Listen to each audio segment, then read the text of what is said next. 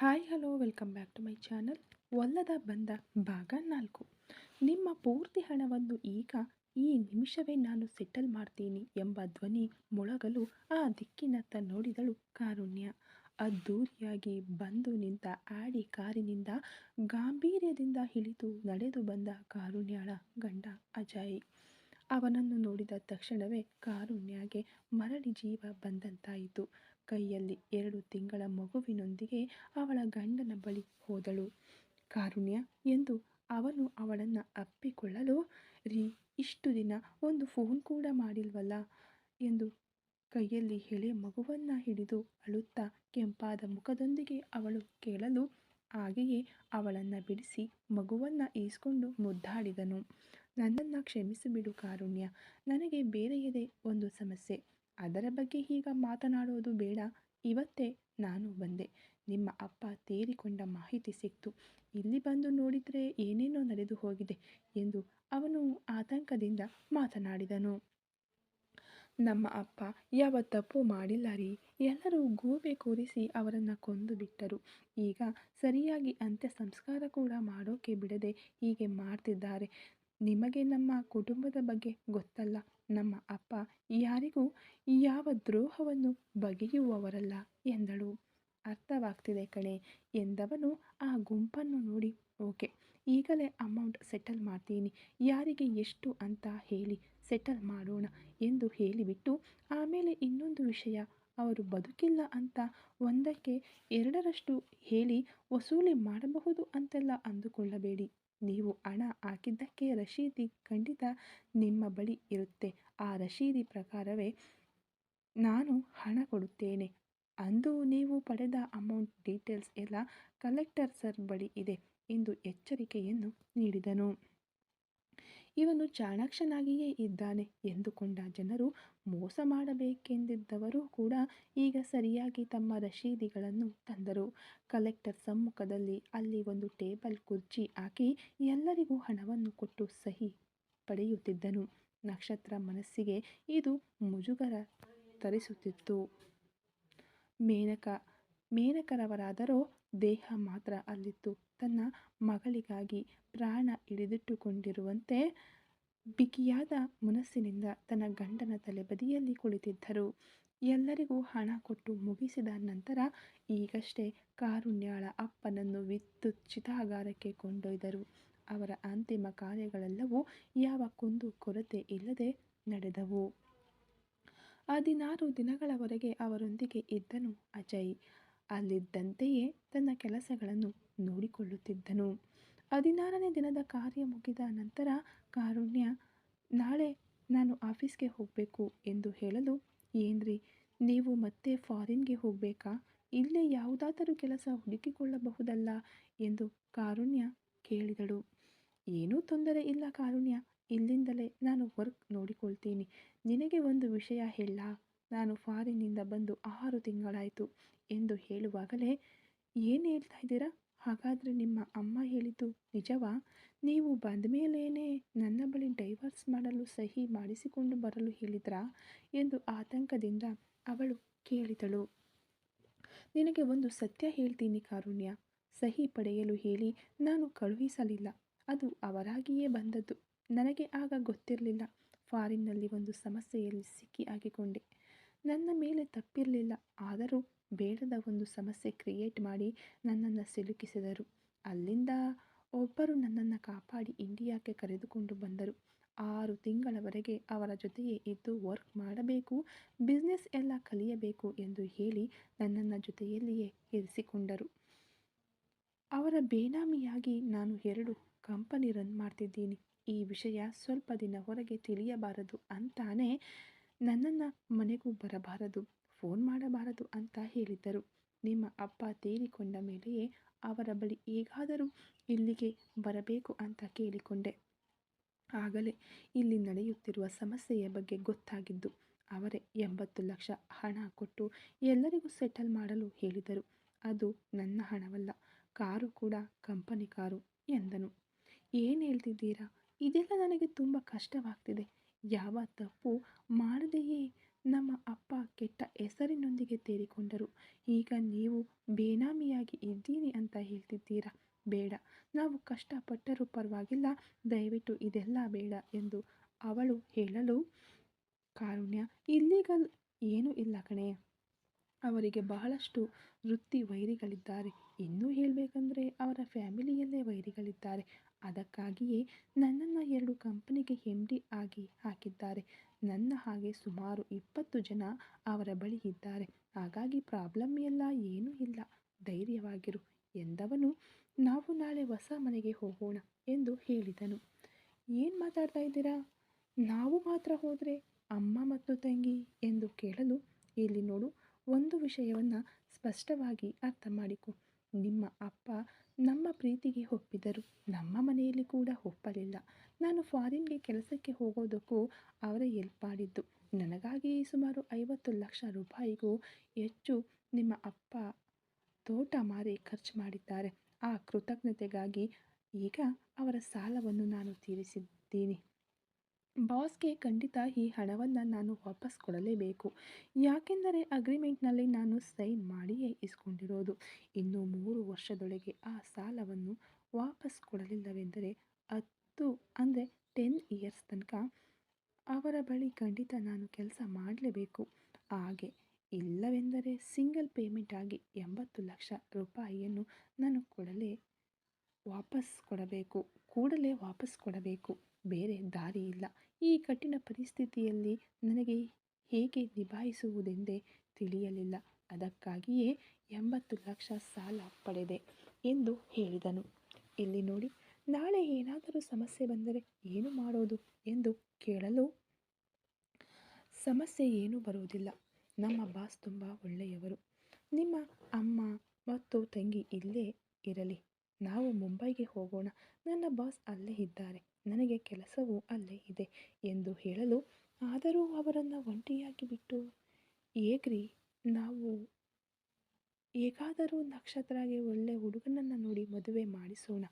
ಆಮೇಲಾದರೂ ಅಮ್ಮನನ್ನು ನಮ್ಮ ಜೊತೆ ಕರೆದುಕೊಂಡು ಹೋಗೋಣ ಎಂದು ಸಾಧ್ಯವಾದಷ್ಟು ಕಾರುಣ್ಯ ಹೇಳಿ ನೋಡಿದಳು. ಇಲ್ಲಿ ನೋಡು, ಪರಿಸ್ಥಿತಿಯನ್ನು ಅರ್ಥ ಮಾಡ್ಕೊ. ಅಲ್ಲಿ ಎಲ್ಲರನ್ನ ಕರೆದುಕೊಂಡು ಹೋಗಲು ಸಾಧ್ಯವಿಲ್ಲ. ಈಗಾಗಲೇ 6 ತಿಂಗಳವರೆಗೆ ನನ್ನನ್ನು ಮನೆಗೆ ಬಿಟ್ಟಿರಲಿಲ್ಲ.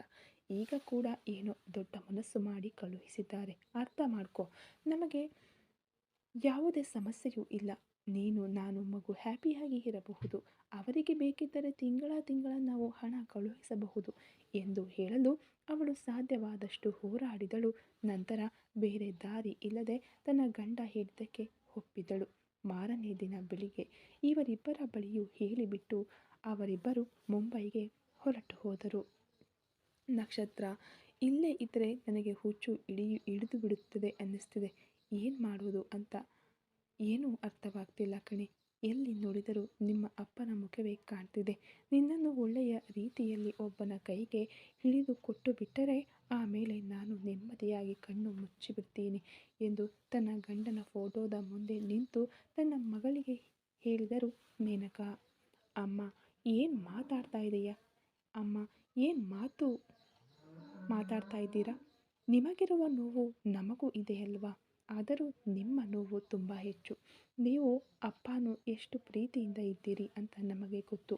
ನಿಮ್ಮಿಬ್ಬರನ್ನು ನೋಡಿಯೇ ಲವ್ ಮ್ಯಾರೇಜ್ ಮಾಡಿಕೊಳ್ಳಬೇಕು ಅಂತ ನಮಗೆ ಆಸೆ ಬಂತು. ಹಾಗಿರುವಾಗ ನೀವು ಅಪ್ಪನನ್ನು ಅಗಲಿ ಇಷ್ಟರ ಮಟ್ಟಿಗೆ ಮನಸ್ಸನ್ನು ಗಟ್ಟಿ ಮಾಡಿಕೊಂಡಿರುವುದು ದೊಡ್ಡ ವಿಷಯ. ಇಲ್ಲಿ ನೋಡಿ, ನನ್ನ ಮದುವೆಗೆ ಅವಸರವೇನಿಲ್ಲ. ಅಪ್ಪ ಯಾವ ತಪ್ಪು ಮಾಡಿಲ್ಲ ಅಂತ ಹೇಗಾದರೂ ಪ್ರೂವ್ ಮಾಡಬೇಕಮ್ಮ. ಇಲ್ಲದಿದ್ದರೆ ಅವರಿಗೆ ಮಗಳಾಗಿ ಹುಟ್ಟಿದ್ದಕ್ಕೆ ಅರ್ಥವಿಲ್ಲ ಅಂತ ನನಗನ್ನಿಸುತ್ತೆ. ಅವರ ಜೀವ ಹೋಗಿಬಿಡ್ತು. ಅದಕ್ಕಾಗಿ ಅದೇ ಕಳಂಕದೊಂದಿಗೆ ಅವರ ಆತ್ಮ ಅಲೆಯುವಂತೆ ಮಾಡಲು ನನಗೆ ಇಷ್ಟವಿಲ್ಲ. ಹೇಗಾದರೂ ಸತ್ಯವನ್ನು ಕಂಡುಹಿಡಿಯಬೇಕು. ಎಲ್ಲಿಂದ ಆರಂಭಿಸುವುದು ಅಂತ ನನಗೆ ಶುದ್ಧವಾಗಿ ಗೊತ್ತಿಲ್ಲ. ಆದರೆ ಖಂಡಿತ ನಮ್ಮ ಅಪ್ಪ ಕಳಂಕವಿಲ್ಲದವರು ಅಂತ ಸಾಬೀತುಪಡಿಸಬೇಕು. ಅವರನ್ನು ತಪ್ಪಾಗಿ ಮಾತನಾಡಿದ ಅಷ್ಟು ಜನರ ಬಾಯಿಯಿಂದಲೂ ಅವರು ಉತ್ತಮರು ಅಂತ ಹೇಳಿಸಬೇಕು. ಆಮೇಲೇನೆ ನನ್ನ ಕೊರಳಿಗೆ ತಾಳಿ ಹೇರುವುದು. ವಿಧಿಯೇ ಮುಗಿದು ಹೋದರೂ ಪರವಾಗಿಲ್ಲ. ಈ ಕಳಂಕವನ್ನು ದೂರ ಮಾಡದೆ ಖಂಡಿತ ನಾನು ಒಬ್ಬನಿಗೆ ಹೆಂಡತಿಯಾಗಿ ಮಾತ್ರ ಬದಲಾಗುವುದಿಲ್ಲ ಎಂದು ಅವಳು ಹೇಳಲು, ಏನೇ ಯಾಕೆ ಹೀಗೆ ಮಾತಾಡ್ತಾ ಇದೀಯಾ? ಅದೆಲ್ಲ ಆಗೋದಿಲ್ಲ ಕಣೆ. ಎಷ್ಟೋ ಹೋರಾಡಿ ಸೋತು ಹೋಗಿದ್ದೀವಿ. ಇದಕ್ಕೂ ಮೇಲೆ ನಮ್ಮಿಂದ ಏನು ಮಾಡಲು ಸಾಧ್ಯ? ಕಣ್ಣಿಗೆ ಕಾಣದೆ ಯಾವುದೋ ಒಂದು ಶಕ್ತಿ ನಮ್ಮ ಜೀವನವನ್ನು ಬುಡಮೇಲು ಮಾಡ್ತಿದೆ. ಅದು ಏನೆಂದೇ ತಿಳಿಯದೆ ಹೇಗೆ ಹೋರಾಡಲು ಸಾಧ್ಯ? ನೀನು ಒಳ್ಳೆಯ ರೀತಿಯಲ್ಲಿ ಮದುವೆ ಮಾಡಿಕೊ. ಅತ್ತೆಯ ಮನೆಗೆ ಹೋಗಿ ನಾನು ಮಾತನಾಡ್ತೀನಿ. ನಿಮ್ಮ ಅತ್ತೆ ಮಗನಿಗೂ ನಿನಗೂ ಮ್ಯಾರೇಜ್ ಮಾಡಲು ಏರ್ಪಾಟು ಮಾಡೋಣ ಎಂದು ಹೇಳಲು ಆಗ ವೇದನೆಯಿಂದ ನಕ್ಕವಳು, ಯಾರಮ್ಮ ಅತ್ತೆ? ಅತ್ತೆ ಮಗ? ಅಪ್ಪ ಚೆನ್ನಾಗಿರುವವರೆಗೂ ನನ್ನ ತಮ್ಮ ಅಂತ ಹಕ್ಕಿನಿಂದ ಹೇಳಿದ್ದ ನನ್ನ ಅತ್ತೆ, ನಮ್ಮ ಅಪ್ಪ ಜೈಲಿಗೆ ಹೋದಾಗಿನಿಂದ ಬಂದು ನೋಡಲೇ ಇಲ್ಲ. ಇನ್ನೂ ಹೇಳಬೇಕಂದ್ರೆ ಅಪ್ಪ ತೀರಿಕೊಂಡಾಗಲೂ ಬರಲಿಲ್ವಲ್ಲಮ್ಮ. ಅಂಥವರ ಬಳಿ ನೀನು ಸಂಬಂಧ ಮಾತಾಡ್ತೀಯಾ? ಒಂದು ವಿಷಯವನ್ನು ಸ್ಪಷ್ಟವಾಗಿ ಅರ್ಥ ಮಾಡ್ಕೊ ಅಮ್ಮ. ನನ್ನ ಮನಸ್ಸಿನಲ್ಲಿ ಅತಿ ಹೆಚ್ಚಾಗಿ ನಾನು ಪ್ರೀತಿಸಿದ್ದು ನಿನ್ನನ್ನು, ಅಪ್ಪನನ್ನು ಮತ್ತು ಅಕ್ಕನನ್ನು ಮಾತ್ರ. ಎಲ್ಲಕ್ಕೂ ಮೀರಿ ಅಪ್ಪನೇ ನಮಗೆ ಎಲ್ಲವೂ ಆಗಿದ್ದರು. ಹೆತ್ತ ಮಕ್ಕಳ ಬಳಿ ಒಬ್ಬ ಅಪ್ಪ ತೋರಿಸುವ ಸಣ್ಣ ಪುಟ್ಟ ಕೋಪವನ್ನು ಕೂಡ ತೋರಿಸಲಿಲ್ಲವಲ್ಲ. ನಮ್ಮನ್ನು ಒಬ್ಬ ಒಳ್ಳೆಯ ಫ್ರೆಂಡ್ ತರಹ ಅಲ್ವಾ ನಡೆಸಿಕೊಂಡರು. ಇಲ್ಲಿ ನೋಡಮ್ಮ, ನನ್ನ ಗುರಿಯೇ ನನ್ನ ಅಪ್ಪನ ಮೇಲಿರುವ ಕಳಂಕವನ್ನು ಅಳಿಸಿ ಹಾಕುವುದು. ಅದನ್ನು ಅವರಿಗೆ ಮಗಳಾಗಿ ನಿಂತು ಮಾಡಬೇಕು ಅಂತ ಅಂದುಕೊಂಡಿದ್ದೀನಿ. ಇನ್ನೊಬ್ಬನಿಗೆ ಹೆಂಡತಿಯಾಗಿ ಮರಿ ಮಕ್ಕಳನ್ನು ಎತ್ತುಕೊಂಡು ನಾನು ಬಾಳಬೇಕು ಅಂತ ಅಂದುಕೊಂಡಿಲ್ಲ. ನನ್ನ ಅಪ್ಪನ ಮೇಲಿದ್ದ ಕಳಂಕ ತೀರಿದ ಮೇಲೆಯೇ ನನ್ನ ಕೊರಳಿಗೆ ತಾಳಿ ಹೇರುವುದು. ಅಲ್ಲಿಯವರೆಗೆ ಈ ಪ್ರಪಂಚವೇ ತಲೆ ಕೆಳಗಾದರೂ ನಾನು ಬದಲಾಗುವುದಿಲ್ಲ. ಇದು ಅಪ್ಪನ ಮೇಲೆ ಆಣೆ ಎಂದು ಅವಳು ಮಾಡಿದ ಆಣೆ ಈಗ ಅವಳ ಕಣ್ಣ ಮುಂದೆ ಬಂತು. ಸೆಲ್ಫೋನ್ ರಿಂಗ್ ಆಗಲು ಅದರಿಂದ ಎಚ್ಚೆತ್ತವಳು ಈಗ ಕಣ್ಣು ತೆರೆದು ನೋಡಿದಳು. ಅವಳು ಕುಳಿತಿದ್ದದ್ದು ಬೃಹತ್ತಾದ ಒಂದು ಆಫೀಸ್ ರೂಮ್. ಈ ಜಾಗಕ್ಕೆ ಬರುತ್ತೇನೆಂದು ಅವಳು ಕನಸಿನಲ್ಲೂ ಎಣಿಸಿರಲಿಲ್ಲ. ಆದರೆ ನಡೆದಿದೆ. ಈಗಷ್ಟೇ ನಿಜ ಜಗತ್ತಿಗೆ ಬಂದಳು. ಅಪ್ಪ ಎಂಥದೇ ಪರಿಸ್ಥಿತಿಯನ್ನು ನಿಭಾಯಿಸಿ ನಿಮ್ಮನ್ನು ಕಳಂಕವಿಲ್ಲದವರೆಂದು ಖಂಡಿತ ನಾನು ಸಾಬೀತುಪಡಿಸುತ್ತೇನೆ. ಅಪ್ಪ ಎಂಥದೇ ಪರಿಸ್ಥಿತಿಯನ್ನು ನಿಭಾಯಿಸಿ ನಿಮ್ಮನ್ನು ಕಳಂಕವಿಲ್ಲದವರೆಂದು ಖಂಡಿತ ನಾನು ಸಾಬೀತುಪಡಿಸುತ್ತೇನೆ ಎಂದು ಆಗಲೂ ಫೋಟೋವನ್ನು ನೋಡಿ ಹೇಳಿಬಿಟ್ಟು ಈಗ ತನ್ನ ಮೊಬೈಲ್ ಫೋನ್ ತೆಗೆದು ನೋಡಿದಳು. MD ಅಥರ್ವ ಅಟೆಂಡ್ ಮಾಡಿ ಕಿವಿಗೆ ಇಟ್ಟುಕೊಂಡಳು. ನಕ್ಷತ್ರ, ನನ್ನ ರೂಮ್ಗೆ ಬನ್ನಿ ಎಂದು ಆದೇಶಿಸಿದ ಅಥರ್ವ. ಮರುಕ್ಷಣವೇ ತಡ ಮಾಡದೆ ಅವನ ಕೊಠಡಿಗೆ ಹೋದಳು ನಕ್ಷತ್ರ. ಅನುಮತಿ ಕೇಳಿ ಅವಳು ಒಳಗೆ ಹೋದಳು. ಬನ್ನಿ ಎಂದವನು ಕೆಲವು ವಿವರಗಳನ್ನು ಹೇಳಿದನು. ಸರಿ ಸರ್ ಎಂದು ಅವಳು ನೋಟ್ ಮಾಡಿಕೊಂಡಳು. ಅದರ ನಂತರ ತನ್ನ ಸಿಸ್ಟಮ್ ಆಫ್ ಮಾಡಿ ಈಗ ಎದ್ದನು. ಅವಳು ಎದ್ದಳು. ಓಕೆ, ನಾವು ಪಾಂಡಿಚೇರಿ ಸೈಟ್ಗೆ ಹೋಗಿ ಬರೋಣ ಎಂದು ಹೇಳಿ ಅವನು ಹೊರಟನು. ಸರ್, ನಾನೂನಾ ಎಂದು ಸ್ವಲ್ಪ ಹಿಂಜರಿಕೆಯಿಂದ ಕೇಳಿದಳು ನಕ್ಷತ್ರ. ನೀವೇ ತಾನೇ ನನ್ನ PA ಎಂದು ಅವನು ಒಂದು ಬೆರಳನ್ನು ತೋರಿ ಕೇಳಿದನು. ಹೌದು ಸರ್ ಎಂದು ಅವಳು ವಿನಯದಿಂದ ಉತ್ತರಿಸಿದಳು. ಹಾಗಾದರೆ ನಾನು ಬಿಸ್ನೆಸ್ ಸಂಬಂಧವಾಗಿ ಹೊರಗೆ ಎಲ್ಲಿಗೆ ಹೋದರೂ ನೀವು ನನ್ನ ಜೊತೆ ಬರಲೇಬೇಕು. ಅದು ನಿಮಗೆ ಗೊತ್ತಿಲ್ವಾ? ಕಾರ್ತಿಕ್ ಏನು ಹೇಳಿಲ್ವಾ ಎಂದು ಅವನು ಕೇಳಿದನು. ಇಲ್ಲ ಸರ್, ನನಗೆ ನಿಮ್ಮ ಜೊತೆ ವರ್ಕ್ ಮಾಡುವುದು ಓಕೆ, ಆದರೆ ಈಗೆಲ್ಲ ಹೊರಗೆ ಬರುವುದು ನನಗೆ ಸರಿ ಹೊಂದುವುದಿಲ್ಲ. ಸರ್, 6 ಗಂಟೆಗೆ ನಾನು ನಮ್ಮ ಮನೆಗೆ ಹೋಗಬೇಕು.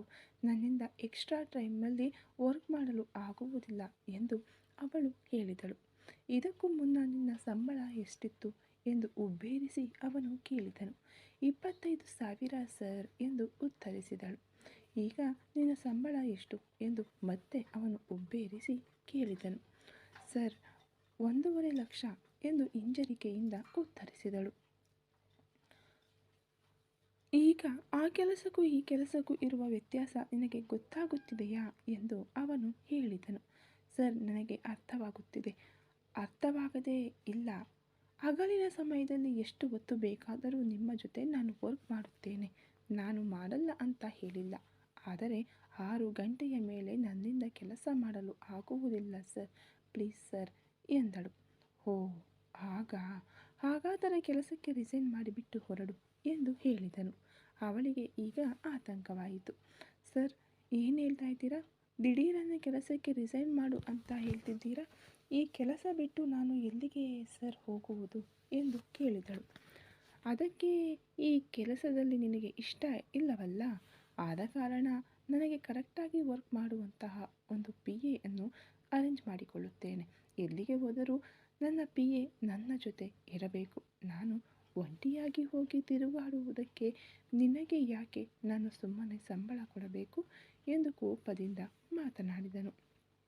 ಸಾರಿ ಸರ್, ನಾನು ಬರುತ್ತೇನೆ, ನಿಮ್ಮ ಜೊತೆ ಬರುತ್ತೇನೆ ಸರ್. ನನ್ನನ್ನು ಕೆಲಸದಿಂದ ತೆಗೆದು ಹಾಕಬೇಡಿ. ಈ ಸಂಬಳ ನನಗೆ ತುಂಬ ಮುಖ್ಯ ಸರ್.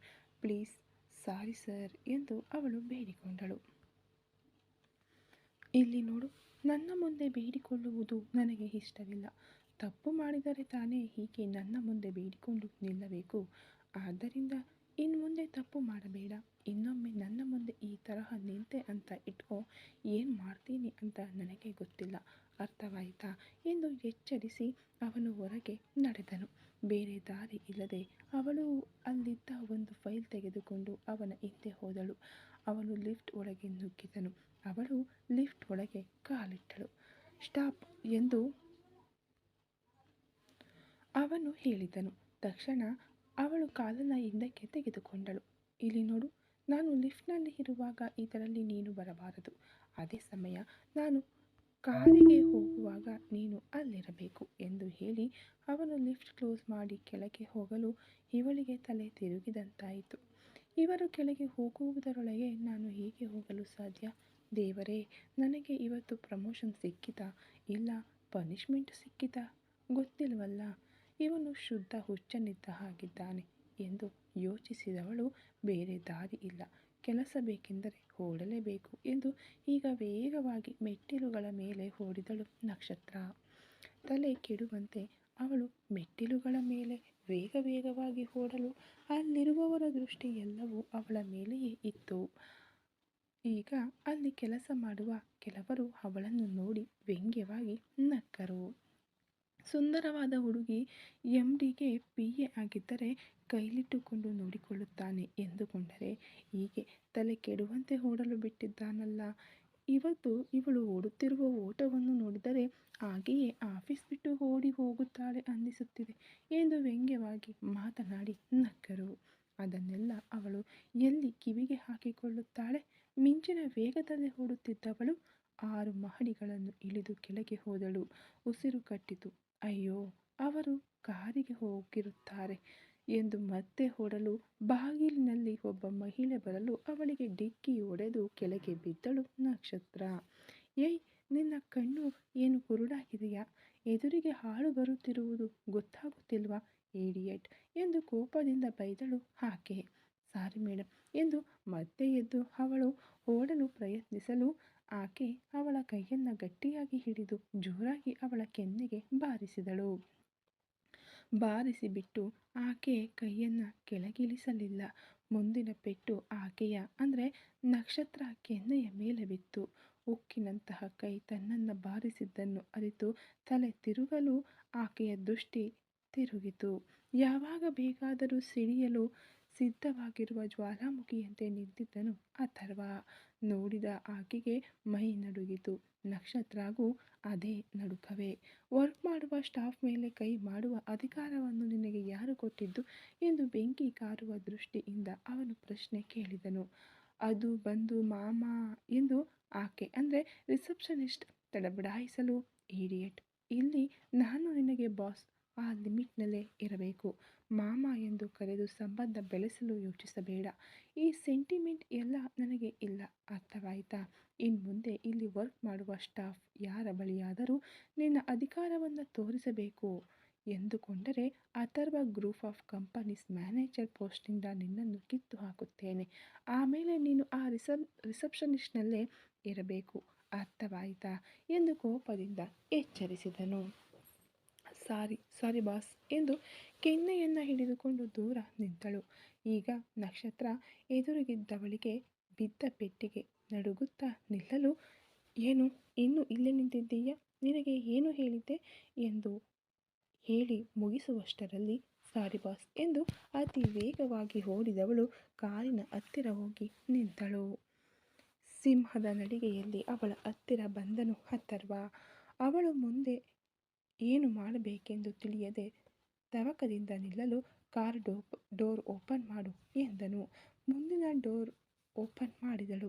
ಇಡಿಯಟ್, ಹಿಂದಿರುವ ಡೋರ್ ಓಪನ್ ಮಾಡು ಎಂದ ಕೂಡಲೇ ಅವಳು ಕಾರಿನ ಹಿಂದಿನ ಡೋರ್ ಓಪನ್ ಮಾಡಿದಳು.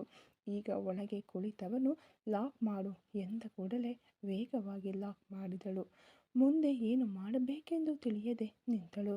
ಡ್ರೈವರ್ ಕಾರನ್ನು ಸ್ಟಾರ್ಟ್ ಮಾಡಿದನು. ನಿನಗೆ ಪ್ರತಿಯೊಂದನ್ನು ಹೇಳಿದರೆ ತಾನೇ ಮಾಡ್ತೀಯಾ? ಮುಂದಿನ ಸೀಟ್ನಲ್ಲಿ ಹತ್ತು ಎಂದು ಆಜ್ಞಾಪಿಸಲು ಈಗ ವೇಗವಾಗಿ ಕಾರ್ ಡೋರ್ ಓಪನ್ ಮಾಡಿ ಮುಂದಿನ ಸೀಟ್ನಲ್ಲಿ ಕುಳಿತಳು ನಕ್ಷತ್ರ. ಇಲ್ಲಿ ನಡೆಯುವುದನ್ನು ಒಳಗೆ ನಿಂತು ನೋಡುತ್ತಿದ್ದಳು ಅಥರ್ವ ಸೋದರ ಮಾವನ ಮಗಳು ಯಾಶಿಕಾ. ಕಾರು ಹೋಗುತ್ತಿತ್ತು. ಆಗ ಡ್ರೈವರ್ಗೆ ಫೋನ್ ಬರುತ್ತಿತ್ತು. ಅವನಾದರೋ ಕಡೆಗಣ್ಣಿನಿಂದ ಅಲ್ಲಿಟ್ಟಿದ್ದ ಫೋನನ್ನು ನೋಡಿಬಿಟ್ಟು ಕಾರು ಓಡಿಸುತ್ತಿದ್ದನು. ಈಗ ಅಥರ್ವ ಕೋಪದಿಂದ ಡ್ರೈವರನ್ನು ನೋಡಿದನು. ಆಗ ಕನ್ನಡಿಯಲ್ಲಿ ಡ್ರೈವರ್ ಮೇಲಕ್ಕೆ ನೋಡಲು ಕಣ್ಣುಗಳು ಒದ್ದೆಯಾಗಿದ್ದವು. ಕೃಷ್ಣಮೂರ್ತಿ ಕಾರನ್ನು ಬದಿಗೆ ನಿಲ್ಲಿಸು ಎಂದು ಗರ್ಜಿಸುವ ಧ್ವನಿಯಲ್ಲಿ ಹೇಳಿದನು. ಈಗ ಅವಳಿಗೂ ಭಯ, ಡ್ರೈವರ್ಗೂ ಕೈ ನಡುಗಿತು. ಏನು ಇವನು ಹೀಗಿದ್ದಾನೆ ಎಂದು ಅವಳು ಯೋಚಿಸುತ್ತಿದ್ದಳು. ಕಾರು ನಿಲ್ಲಿಸಿದ ತಕ್ಷಣ ಈಗ ಡ್ರೈವರ್ನ ಮುಂದೆ ಅಥರ್ವ ಇಳಿದು ಡ್ರೈವರ್ ಸೀಟ್ ಡೋರ್ ಓಪನ್ ಮಾಡಲು ಡ್ರೈವರ್ಗೆ ಕೈ ಕಾಲು ನಡುಕ ಶುರುವಾಯಿತು. ಇವನೇನು ಲೂಸಾ? ಫೋನ್ ಬಂದರೆ ಅವರು ಏನು ಮಾಡುತ್ತಾರೆ? ಅವರೇ ಫೋನನ್ನು ಎತ್ತಲೇ ಇಲ್ಲವಲ್ಲ, ಯಾಕೆ ಹೀಗೆ ಮಾಡ್ತಿದ್ದಾನೆ ಎಂದು ಭಯದಿಂದ ಅವಳು ನೋಡಲು ಬಾಸ್ ಅದು ಬಂದು ಎಂದು ನಡುಗುವ ಧ್ವನಿಯಲ್ಲಿ ಅವನು ತಡಬಡಾಯಿಸಲು ಅವನ ಕಣ್ಣುಗಳಲ್ಲಿ ಕಣ್ಣೀರು ಹರಿಯಿತು. ಕೆಳಗೆ ಇಳಿ ಎಂದನು. ಬಾಸ್, ಸಾರಿ ಬಾಸ್, ಅದು ಬಂದು ಎಂದು ಮತ್ತೆ ತಡಬಡಾಯಿಸಲು ನಿನ್ನನ್ನು ಕೆಳಗೆ ಇಳಿಯಲು ಹೇಳಿದೆ ಎಂದು ಗರ್ಜಿಸಲು ಈಗ ಕೆಳಗೆ ಇಳಿದನು ಮೂರ್ತಿ. ಹೌದು, ಯಾಕೆ ಇಷ್ಟು ಬಾರಿ ಫೋನ್ ಬಂತು ಎಂದು ಕೇಳಿದನು. ಅದು ಬಂದು ಬಾಸ್ ಮನೆಯಿಂದ ಅಂದ ಕೂಡಲೇ ಅದನ್ನು ಅಟೆಂಡ್ ಮಾಡದೆ ಯಾಕೆ? ನಿನ್ನ ಕಣ್ಣುಗಳು ಒದ್ದೆಯಾಗಿವೆ, ಅಷ್ಟು ಮುಖ್ಯವಾದ ಕಾಲ ಅದು ಅಂದ ಕೂಡಲೇ ಬಾಸ್, ನನ್ನ ವೈಫ್ ಡೆಲಿವರಿ ಟೈಮ್, ಇವತ್ತು ನಿಮ್ಮ ಹತ್ತಿರ ಲೀವ್ ಕೇಳಬೇಕು ಅಂತ ಅಂದುಕೊಂಡೆ. ಅಷ್ಟರೊಳಗೆ ಪಾಂಡಿಚೇರಿಗೆ ಹೋಗಬೇಕು ಅಂತ ಹೇಳಿದ್ರಿ. ನಾನು ಕಾರ್ ಸ್ಟಾರ್ಟ್ ಮಾಡಿಬಿಟ್ಟೆ. ನನಗೇನೋ ಅವಳಿಗೆ ಪ್ರವಾಸ ವೇದನೆ ಅಂದರೆ ಹೆರಿಗೆ ನೋವು ಬಂದಿರಬಹುದು ಅಂತ ಭಯ ಆಗ್ತಿದೆ. ಅದಕ್ಕೆ ಅಟೆಂಡ್ ಮಾಡೋಕೆ ಆಗದೆ ಇರೋದಕ್ಕೂ ಆಗದೆ ಕಣ್ಣಲ್ಲಿ ನೀರು ಬರ್ತಿದೆ ಎಂದು ಕಣ್ಣೀರಿನಿಂದ ಅವನು ಹೇಳಿದನು. ನಿಮ್ಮ ಮನೆಯಲ್ಲಿ ಯಾರೂ ಇಲ್ವಾ ಎಂದು ಕೇಳಲು, ಇಲ್ಲ ಬಾಸ್, ಲವ್ ಮ್ಯಾರೇಜ್, ಯಾರೂ ಇಲ್ಲ, ನಾನು ಮಾತ್ರ ಅಂದ ಕೂಡಲೇ ಓಕೆ, ನೀನು ಹಿಂದಿನ ಸೀಟ್ಗೆ ಹೋಗು ಎಂದನು. ಡ್ರೈವರ್ಗೆ ಅರ್ಥವಾಗದೆ ಕಣ್ಬಿಡಲು, ನಿನ್ನನ್ನು ಹಿಂದಿನ ಸೀಟ್ನಲ್ಲಿ ಹತ್ತು ಅಂತ ಹೇಳಿದೆ ಎಂದು ಹೇಳಿಬಿಟ್ಟು ಈಗ ಕಾರ್ನಲ್ಲಿ ಹತ್ತಿದವನು ಅವನೇ. ಈಗ ಕಾರ್ ಸ್ಟಾರ್ಟ್ ಮಾಡಿ ಓಡಿಸಲು ಶುರು ಮಾಡಿದನು. ನಕ್ಷತ್ರಗೆ ದೇಹ ನಡುಗಲು ಆರಂಭವಾಯಿತು. ಮುಂದಿನ 10 ನಿಮಿಷದಲ್ಲಿ ಡ್ರೈವರ್ನ ಮನೆಗೆ ಹೋಗಿ ಕಾರು ನಿಲ್ಲಿಸಿದನು. ಡ್ರೈವರ್ ಭಯಪಟ್ಟಂತೆಯೇ ಅಲ್ಲಿ ಅವನ ಹೆಂಡತಿ ಹೆರಿಗೆ ನೋವಿನಲ್ಲಿ ಒದ್ದಾಡುತ್ತಿದ್ದಳು. ಈಗ ಅವಸರವಾಗಿ ಓಡಿದ ಡ್ರೈವರ್, ಇದೋ ಬಂದುಬಿಟ್ಟೆ ಕಣೆ, ಇರು ನಾನು ಆಂಬ್ಯುಲೆನ್ಸ್ಗೆ ಫೋನ್ ಮಾಡ್ತೀನಿ ಎಂದು ಹೇಳುವಾಗಲೇ, ಕೃಷ್ಣ, ನಿನ್ನ ವೈಫನ್ನು ಕಾರಿಗೆ ಹತ್ತಿಸು ಎಂದು ಹೇಳಿದನು. ನಕ್ಷತ್ರಗೆ ಅವನನ್ನು ಅರ್ಥ ಮಾಡಿಕೊಳ್ಳಲೇ ಸಾಧ್ಯವಾಗಲಿಲ್ಲ. ಅವನು ತನ್ನ ಬಳಿ ನಡೆದುಕೊಂಡಿದ್ದಕ್ಕೂ ಈಗ ಡ್ರೈವರ್ನ ಬಳಿ ನಡೆದುಕೊಳ್ಳುತ್ತಿರುವುದಕ್ಕೂ ಬಹಳ ವ್ಯತ್ಯಾಸಗಳಿದ್ದವು. ಮೃಗ ಎಂದುಕೊಂಡ ಸಮಯದಲ್ಲಿ ಒಬ್ಬ ಒಳ್ಳೆಯ ಮನುಷ್ಯ ಅವನೊಳಗೆ ಇರುವುದನ್ನು ಅವಳು ನೋಡಿದಳು. ಈಗ ಕೃಷ್ಣಮೂರ್ತಿ ತನ್ನ ಹೆಂಡತಿಯನ್ನು ಎತ್ತಿಕೊಂಡು ಬಂದು ಹಿಂದಿನ ಸೀಟ್ನಲ್ಲಿ ಮಲಗಿಸಿಬಿಟ್ಟು ಅವನು ಕುಳಿತುಕೊಳ್ಳಲು ಮುಂದಿನ 10 ನಿಮಿಷದಲ್ಲಿ ಅತಿ ದೊಡ್ಡ ಖಾಸಗಿ ಆಸ್ಪತ್ರೆಯೊಳಗೆ ಹೋಗಿ ಕಾರು ನಿಲ್ಲಿಸಿಬಿಟ್ಟು ಅವರು ಕೆಳಗೆ ಇಳಿಯುವ ಮುಂಚೆಯೇ ಅಲ್ಲಿ ಸ್ಟ್ರೆಚರ್ ತಯಾರಾಗಿತ್ತು. ಡಾಕ್ಟರ್, ಇವರನ್ನು ಚೆನ್ನಾಗಿ ನೋಡಿಕೊಳ್ಳಿ ಎಂದು ಅಲ್ಲಿದ್ದ ಡಾಕ್ಟರ್ಗೆ ಆಜ್ಞಾಪಿಸಿ ಬಿಟ್ಟು, ಕೃಷ್ಣ, ನಿನ್ನ ವೈಫ್ಗೆ ಏನೂ ಆಗುವುದಿಲ್ಲ, ಚೆನ್ನಾಗಿ ಡೆಲಿವರಿ ಮಾಡ್ತಾರೆ, ನೀನು ಜೊತೆಯಲ್ಲೇ ಇರು ಎಂದು ಹೇಳಿದವನು ಈಗ ಮತ್ತೆ ಕಾರು ಹತ್ತಿ ಕಾರನ್ನು ರಿವರ್ಸ್ ತೆಗೆದು ತಿರುಗಿಸಿಕೊಂಡು ಗೇಟ್ ಬಿಟ್ಟು ಹೊರಗೆ ಹೋದನು. ನಕ್ಷತ್ರಗೆ ಏನೂ ಅರ್ಥವಾಗಲಿಲ್ಲ. ಅವನು ಹೋದ ಮೇಲೂ ಕೈ ಮುಗಿದ ಪರಿಯಲ್ಲೇ ನಿಂತಿದ್ದನು ಕೃಷ್ಣಮೂರ್ತಿ. ಸರ್, ಒಳಗೆ ಬನ್ನಿ ಎಂದು ಡಾಕ್ಟರ್ ಹೇಳಲು ಆ ಧ್ವನಿಗೆ ಎಚ್ಚೆತ್ತು ಒಳಗೆ ಹೋದನು. ಈಗ ಅವನ ಹೆಂಡತಿಗೆ ಒಳಗೆ ಹೆರಿಗೆ ಮಾಡಿಸುತ್ತಿದ್ದರು. ಸ್ವಲ್ಪ ಹೊತ್ತಿನಲ್ಲಿ ಮಗು ಹುಟ್ಟಿತು. ಮಗುವನ್ನು ಸ್ವಚ್ಛಗೊಳಿಸಿ ಕೈಗೆ ಕೊಟ್ಟವರು. ಒಳ್ಳೆಯದಾಯಿತು. ಬೇಗ ಕರೆದುಕೊಂಡು ಬಂದಿದ್ದರಿಂದ ಇಬ್ಬರನ್ನು ಉಳಿಸಲು ಸಾಧ್ಯವಾಯಿತು. ಒಕ್ಕಲು ಬಳ್ಳಿ ಮಗುವಿನ ಕುತ್ತಿಗೆಗೆ ಸುತ್ತಿಕೊಂಡಿತ್ತು. ಸ್ವಲ್ಪ ಲೇಟಾಗಿದ್ದರೂ ಉಳಿಸಲು ಸಾಧ್ಯವಾಗುತ್ತಿರಲಿಲ್ಲ. ಈಗ ಚೆನ್ನಾಗಿ ನಿಮ್ಮ ಮಗುವನ್ನು ವೈಫನ್ನು ಉಳಿಸಲಾಗಿದೆ ಅಂದ ಕೂಡಲೇ ಈಗ ಅಥರ್ವ ಡ್ರೈವರ್ನ ಕಣ್ಣುಗಳಿಗೆ ದೇವರಾಗಿಯೇ ಕಂಡನು. ಇವರನ್ನು ಸ್ವಲ್ಪವೂ ಅರ್ಥ ಮಾಡಿಕೊಳ್ಳಲು ಸಾಧ್ಯವಾಗುತ್ತಿಲ್ಲವಲ್ಲ ಎಂದು ಅವಳು ಯೋಚಿಸುತ್ತಲೇ ಅವನನ್ನು ನೋಡಲು, ಅವಳನ್ನು ನೋಡದೆಯೇ, ನಿನ್ನ ಗೊಂದಲ ನನಗೆ ಅರ್ಥವಾಗುತ್ತಿದೆ. ಯಾಕೆ ಲಿಫ್ಟ್ ಹತ್ತಿದೆ? ನಿನ್ನನ್ನು ಮೆಟ್ಟಿಲುಗಳ ಮೇಲೆ ಓಡಲು ಬಿಟ್ಟೆ ಅಂತ ನೋಡ್ತಾ ಇದ್ದೀಯಾ? ನೀನು ಮೆಟ್ಟಿಲು ಇಳಿದು ಕೆಳಗೆ ಬಂದ ಮೇಲೆ ನಾನು ಲಿಫ್ಟ್ ಬಿಟ್ಟು ಹೊರಗೆ ಬಂದೆ ಅಂತ ನೋಡ್ತಾ ಇದ್ದೀಯಾ? ನಾನು ಲಿಫ್ಟನ್ನು 4ನೇ ಫ್ಲೋರ್ನಲ್ಲಿ ಸ್ಟಾಪ್ ಮಾಡಿಬಿಟ್ಟು ಸ್ವಲ್ಪ ಹೊತ್ತು ಹೊರಗೆ ವೆಯ್ಟ್ ಮಾಡಿದೆ. ನೀನು ಕೆಳಗೆ ಹೋಗಿದ್ದನ್ನು ನೋಡಿದ ಮೇಲೆಯೇ ನಾನು ಮತ್ತೆ ಲಿಫ್ಟ್ ಹತ್ತಿ ಕೆಳಗೆ ಬಂದೆ. ಅದು ನನ್ನ ಬಳಿ ಎದುರು ಮಾತನಾಡಿದ್ದಕ್ಕೆ ನಿನಗೆ ನಾನು ಕೊಟ್ಟ ಪನಿಷ್ಮೆಂಟ್. ನಾನು ಹೇಳಿದ್ದನ್ನು ಮಾಡಿ ಕರೆಕ್ಟಾಗಿ ವರ್ಕ್ ಮಾಡಿದರೆ ನಿನಗೆ ಯಾವ ಪ್ರಾಬ್ಲಮ್ಮೂ ಇಲ್ಲ. ನಾನು ಹೇಳುವಾಗ ಏನಾದರೂ ಮರು ಮಾತನಾಡಿದರೆ ಅದರ ಪರಿಣಾಮ ಇವತ್ತು ನೀನು ಅನುಭವಿಸಿದ್ದಕ್ಕಿಂತ ಕೆಟ್ಟದಾಗಿರುತ್ತದೆ ಎಂದು ಎಚ್ಚರಿಸಿಬಿಟ್ಟು ಬದಿಗೆ ಕಾರು ನಿಲ್ಲಿಸಿದವನು, ಇಳಿದು ಹಿಂದಿನ ಸೀಟ್ಗೆ ಹೋಗು ಅಂದ ಕೂಡಲೇ ಅರ್ಥವಾಗದೆ ನೋಡಿದಳು. ಏನು ಹಾಗೆ ನೋಡ್ತಾ ಇದೀಯಾ? ನನಗೆ ಸರಿಸಮಾನವಾಗಿ ಲಿಫ್ಟ್ ಒಳಗೆ ನನ್ನ ಪಕ್ಕದಲ್ಲಿ ನಿಲ್ಲಬಾರದು, ಕಾರಿನಲ್ಲಿ ನನ್ನ ಪಕ್ಕದಲ್ಲಿ ಕೂರಲೂಬಾರದು. ಅರ್ಥವಾಯಿತಾ? ಹೊರಗೆ ಹೋದರೂ ನನ್ನನ್ನು ಬಿಟ್ಟು 2 ಅಡಿ ದೂರದಲ್ಲಿ ನನ್ನ ಹಿಂದೆಯೇ ನಿಲ್ಲಬೇಕು ಎಂದು ಕಂಡೀಷನ್ ಹಾಕಲು ಶಾಂತವಾಗಿ ಇಳಿದವಳು, ದೇವ್ರೇ, ಇನ್ನು ಮುಂದೆ ಏನೆಲ್ಲ ಅನುಭವಿಸಬೇಕಾಗುತ್ತದೆಯೋ ಎಂದು ಅಂದುಕೊಳ್ಳುತ್ತಾ ಹಿಂದಿನ ಸೀಟ್ನಲ್ಲಿ ಕುಳಿತಳು ನಕ್ಷತ್ರ. ಈ ಕತೆ ಇನ್ನು ಮುಂದುವರಿಯುವುದು. ದಯವಿಟ್ಟು ಸ್ಟೋರಿ ಇಷ್ಟ ಆಗ್ತಾ ಇದ್ದರೆ ಲೈಕ್ ಮಾಡಿ, ಶೇರ್ ಮಾಡಿ, ಕಮೆಂಟ್ ಮಾಡಿ, ಹಾಗೆ ಸಬ್ಸ್ಕ್ರೈಬ್ ಮಾಡಿಕೊಂಡು ವಿಡಿಯೋ ನೋಡಿ. Thank you so much.